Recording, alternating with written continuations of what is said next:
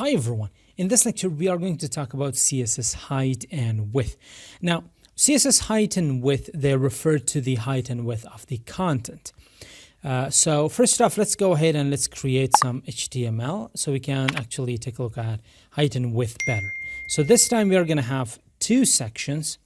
The first section is going to have a class. Now I'm going to show you some Emmet tricks that allow you to create these sections a little bit faster. So this is our section. If you just write section, it's going to create a section for you. If you want to give it a class, simply just press dot, and that is going to create a class for you. Now what I'm doing is I'm writing this Emmet trick, but the actual result is where you can see that this on this pop-up. So we have a section and there is a class, but the class itself, value for it is empty. I'm going to provide it with that. So I'm going to say HTML-CSS. So this is our first section.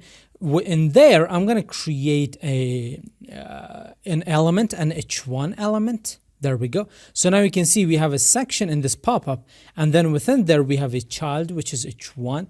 I'm not going to provide it with anything. And I think that's it for now. For now, we are just going to suffice to this much. And when you hit enter, you will have created a section and with an H1 inside there. I'm going to say the ultimate HTML CSS guide. There we go. Let's create a paragraph as well, and I'm going to create another section as well. So I'm just going to copy this one and I'm going to put it right here. Now this one, I'm going to the class value is going to be C#,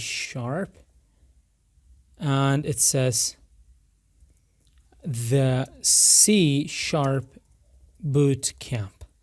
So we have the C# boot camp, and I'm going to save that. We can see our changes in the web browser. Now let's go ahead and let's talk about these a little bit more. And now CSS height and width, they're referred to the height and width of the content. If you do not explicitly specify them, the height and width of the CSS boxes, they will be determined by the amount of content that there is within that box. But you could actually override that as well. So let's actually go ahead and inspect this. So if I go ahead and if I select the, let's grab the main element. So I'm just going to say this is our main element. Now for the main element, if we go to box model, we can see that the width is 783.2 pixels and the height is 187.738 pixels, right? But we could change this value as well.